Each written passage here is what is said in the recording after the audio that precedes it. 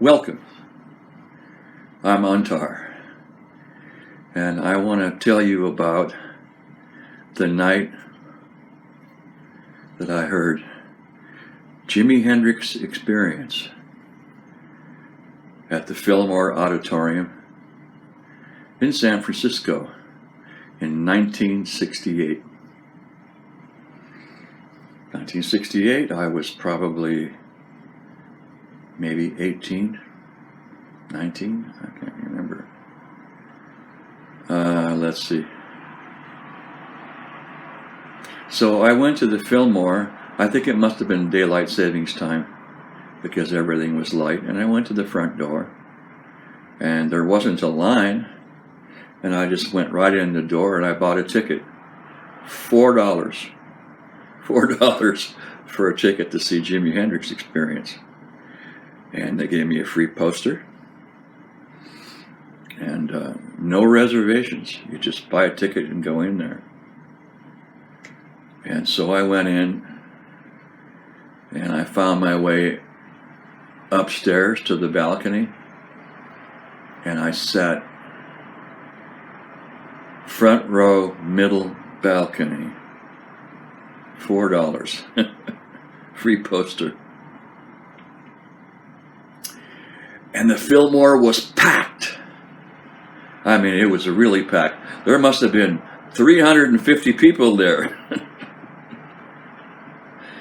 That's what it was like then, you know. And I mean, 350 people at a stadium show would be like the population of the bathroom or something. But, you know, Fillmore was a little place and everybody was there. And all the musicians were there to hear Jimi Hendrix. And it was the original Hendrix Experience. Jimi Hendrix, Mitch Mitchell on drums, and Noel Redding on bass. So I sat there waiting for the show to start. And when Jimmy came out, I was a bit shocked because he had a vibe. He had a vibe like he was Miles Davis or something like that. It was really amazing. And Jimi Hendrix really gave the impression that he was a real nice guy. At least that night. Really nice guy. So the Jimi Hendrix Experience arrived in San Francisco that night at the Fillmore. However, their equipment did not arrive. So they played on rented equipment. So for you gearheads out there, Jimmy and Noel Redding played through 2 Super Showmans apiece. It's a Fender Super Showman. And I guess it must have, like, if you have 2, you have 4 15-inch speakers. And I don't know what the wattage is. I don't know if they make those anymore. And so they had plenty of firepower, but Hendrix was a little bit reticent and a little bit insecure about how it was going to sound. You know, not their gear, really.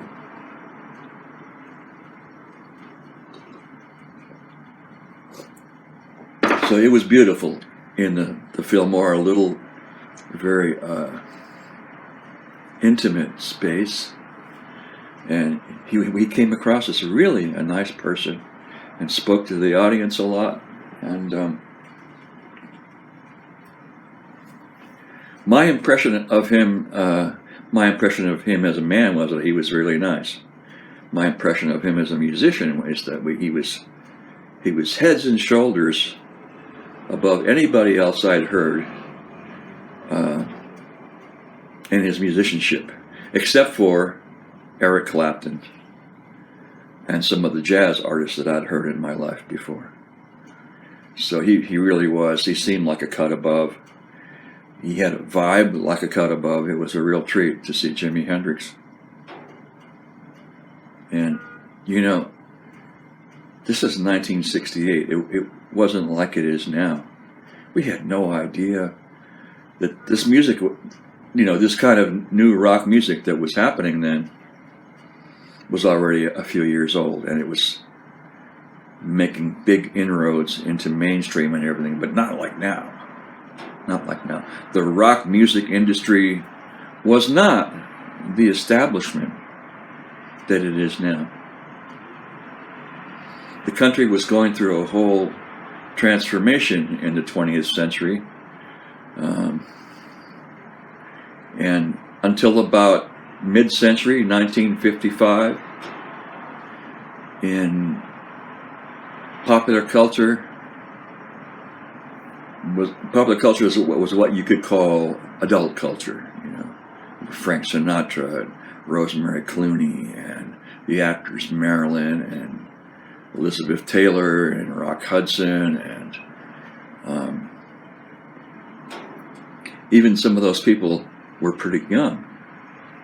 But that was the image, wearing suits, neckties, that kind of thing. And the rock and roll thing, from the 50s was supposed to be about kids. It was about kids. And what was happening by 1964, when the Beatles came, it started to be evident that rock and roll and the whole rock culture and the baby boom generation culture, those of us born during or just after World War II, was coming of age. We were maturing. The music, there was tremendous rapid change in the music. So what happened about 1955 is that the youth culture in America really became big, and eventually the youth culture supplanted so-called adult culture. And that was really intact by the end of the 60s and the early 70s. You see some guy 95 years old with a Grateful Dead tattoo on his arm or something. It's the establishment, the popular culture establishment, popular music, films, everything. It's youth culture. It's youth culture that grew up, got middle-aged, got old. So it wasn't like that then. And so, it wasn't a big event, the Jimi Hendrix Experience at the Fillmore in 1968, but it was a very significant event, a very intimate event. And we didn't know. We didn't have any idea that this music, which was new at the time, you have to remember, those of you who don't remember that was new at one time. That was, somebody created Foxy Lady and that style of playing, It came out of previous styles of playing. It came out of blues, it came out of R&B, it came out of rock and roll, it came out of jazz. But it was new at that time, And now it's just like, I've spoken to some younger people and they don't even know that there was a time. They can't wrap their head around that there was a time before Jimi Hendrix, or there was a time before the internet or cell phones, or there was a time before the silicon chip. I used to have an old guitar, a 1954 Stratocaster, and I customized it, and I had put some stuff inside that guitar that came from a Gibson ES-355. And nowadays, that kind of gear is, the silicon chip was invented when? In the late 1940s, and it was available to us in the 60s, the transistor radios and stuff like that. Now that would be run by silicon chips. And in those days, I had to put a big transformer in the guitar, and if that Stratocaster wasn't heavy before, you'd best believe it was heavy now with that transformer in there. Anyway, I digress. We didn't know what was going to happen. We were enjoying it, We didn't know this music was all going to become classic, like in the following century, So because their equipment didn't arrive, the Jimi Hendrix Experience, they tried to adapt to it, and they played a lot of nice Jimi Hendrix ballads like Wind Cries Mary, And there's another one, and the name of it escapes me right now. And then at some point he wanted to try something more with fireworks. So he's going to try Foxy Lady, and those of you who are into that sort of music, the introduction to Foxy Lady starts with a big overloaded humming guitar, you know, and he said in the mic, he said, I don't know if this is going to work, y'all, you know, give it a try, you know. So there he was next to those two Fender Super Showmans, and he's like going ooh with his finger, right, and not making any sound, actually. Just he starts to turn the switch up, and it goes ooh, oh, boom, boom, boom, boom, you know, and then his C sharp 7 sharp 9 or whatever chord that is, or maybe B7 sharp 9. It worked. It worked fine, even with two skimpy Super Showmans. So it was very, very enjoyable. I don't remember what other songs he played, you know. I do remember the sound, you know, because I had seen Eric Clapton and Cream the year before in that venue, and the sound was really terrible, and they just had a bad night. But this time, I don't know what the difference was, but the sound, and especially the balance on the Jimi Hendrix Experience, was like a record. It was like listening to that Are You Experienced record or something. It was wonderful, you know, really wonderful. So the truth is, my confession is, I was not a Jimi Hendrix fan.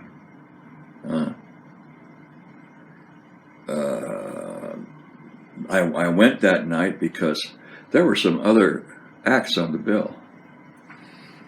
And so after Jimi Hendrix played, we had Albert King come out, the great blues guitarist and singer Albert King. And I was a big Albert King fan. I'd never heard him live, and I wanted to hear Albert King. So that's why I went, you know.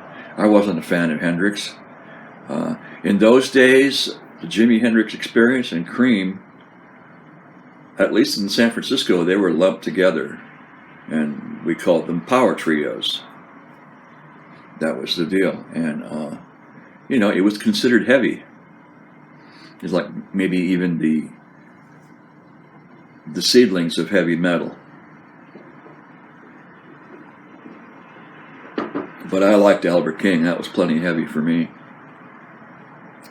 And also John Mayall's Blues Breakers were on the bill, with the 19-year-old guitarist Mick Taylor. So John Mayall's Blues Breakers, they released a very, very influential album in 1966, John Mayall's Blues Breakers, with Eric Clapton. And that record introduced Eric Clapton to us, and we hadn't heard of Eric Clapton yet. And then when Clapton left, he was replaced by the brilliant blues guitarist Peter Green. And Peter Green went to start his own group, Peter Green's Fleetwood Mac. Fleetwood Mac was originally a blues band. It was Peter Green's blues band.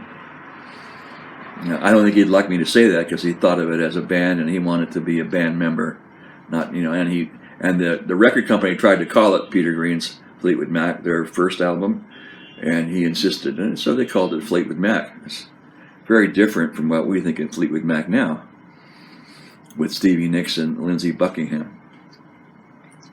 So after Peter Green left Mayall's Blues Breakers, he was replaced by Mick Taylor. And some of you might remember Mick Taylor from, he did a stint with the Rolling Stones for a few years. So there was a lot of guitar power there for me to go and see, and I was especially interested, being a blues musician myself, I was interested in Albert King. So I would say that Albert came out and he was disadvantaged that night, because since then I'd seen many Albert King performances, you know, many confident, powerful performances by the Velvet Bulldozer, they called him. And he was disadvantaged that night, just having to come on after Jimi Hendrix. Jimi Hendrix, wow, what a show. I was surprised. He came out and it was probably the first time that, I'm sure he had played the Fillmore before, but it was probably the first time he played at Bill Graham's Fillmore for all of us white suburban kids, you know. It's like, from the stage, it must look like a sea of hippies or something. So, and he did break a string. He didn't have any fancy tech or anything to change the string for him. Albert King, he just changed the string himself on stage while the music was playing, you know. So I was a bit disappointed in Albert, but. And then I heard John Mayall's Blues Breakers with Mick Taylor, 19-year-old Mick Taylor, and he sounded great. I mean, he sounded like, you know, he was a certain school of guitar playing that was new then, and it was kind of coming out of Eric Clapton. And even though Eric Clapton and Peter Green, it didn't really sound alike, still the template was similar. You know, they're coming from Freddie King and from B.B. King and from Albert King. And so I kind of lumped them together, you know, in those days, Clapton, Green, and Mick Taylor. And Mick Taylor was sounding like Clapton. He was sounding like Green. He was just saying he was 19, you know. So it was really wonderful. I didn't immediately run out and buy some Jimi Hendrix LPs or anything. Not until about the year 2000 did I buy any Jimi Hendrix LPs. It just wasn't my thing, you know, but I was really glad that I went, and I really enjoyed myself, and I enjoyed the music, and I enjoyed Jimi Hendrix's presence and persona. You know, I felt simpatico with that, you know. You know, sometimes you see a performer and they're just like kind of negative in those days, and they turn their back on you or maybe flip off the audience. I've seen that, you know. And he was just a very warm human being, person, it seemed like, you know. I don't know what his moods were like, but I'm really glad I went. I saw Albert King many other times, really nailing it, you know, at the Fillmore West and in different clubs. And I saw him once in Dominican Meadow in San Rafael, California. It was bizarre. I was at Dominican College. It was on a break during I was in grad school in Hawaii. I don't remember what I was doing there. I didn't know there was going to be any music. And so I decided to go into the meadow. So I'm like walking through the weeds and tules, right? And you come to an opening where that stops and there's a Dominican Meadow. And just when I got there, I looked to my right, and there on a riser, just about a little higher than eye level for me, was Albert King. It was the real Albert King. And I looked at him. He had his guitar. And I was like, what? And Albert King was playing there. And he was having an argument with his band members, which I'd seen a few times, actually. Albert was the neurotic one. He's always chewing out his musicians, and he would threaten to go back to driving a bulldozer. And B.B. King, which I'd seen a lot of times, was very professional and very polite, and he was polite with a vengeance, you know. No way you're gonna like con that guy or anything, you know. So I saw Albert a few times. I really enjoyed it. I saw Albert in a duet with B.B. King at the Fillmore West twice. 2 different duets, not on the same night, but 2 different dates, you know. And you might think, or you might imagine that the hype would be that they're competitive with each other, and they were not. They were very respectful toward each other, and they played really well together. And I didn't see the competition except for in their own sets, you know. They would get together and play a duet in the middle of the show, and they would have their own sets before that and their own sets after that. And then I saw those guys at their best. Man, you know. And B.B. King was a giant force in rhythm and blues in the 1950s and in the 1960s, and his way of playing became a template for so many other artists, you know. Otis Rush, Freddie King, Albert King, even though their styles are very different. A lot of people, a little Milton, you know, and sometimes it sounds like, even Earl Hooker, sometimes it sounds like those guys are all playing in a style that was a style period of B.B. King and his long career that goes back to 1949. His first recording, 3 o'clock in the morning, was 1949. So now when I heard B.B. doing his own sets, I remember him really working hard and playing and not talking in the microphone so much, you know, and talking nonsense and BS and talking about your old lady and my old lady and all the stuff he used to do for the audience. And he was really working, and it sounded like he'd come up with another style. He'd already come up with another style, but that was about 69 or 1970, and he had already recorded Thrill Is Gone, and it was a little bit different style. He came up with another one that night. It's just amazing, you know. So it was a good deal, and I can tell my friends, I can tell you, I saw Jimi Hendrix in the original Jimi Hendrix Experience. So I hope you enjoyed that. If you know, there isn't really any controversy about whether he was great or iconic now. It's amazing to me because the industry was so different then, and I think he's 1,000 times more popular because he died young. It's too bad that he died young, but maybe if he hadn't and he was still with us, we wouldn't cherish him so much. But I remember a day or two after Jimmy died, I was driving in the car and I saw cardboard cutouts of Jimi Hendrix in the record store windows. And I went in one of the record stores and there was a cardboard cutout inside too, you know. So it sounds to me like the music industry was ready to make some money on him, you know, dying. But now, you know, Jimi Hendrix is like Jesus or something, you know, or like Elvis, or like, I don't know, the greatest rock guitarist that ever lived, and all that kind of stuff, you know. It's like, he definitely was something. He was head and shoulders above everybody else at that time. He influenced a lot of people, and he, you know, and in a music that was changing very rapidly, he moved it forward quite a bit. So, all right, so thanks for listening. Hope you enjoyed it. Maybe I'll do another one of these videos.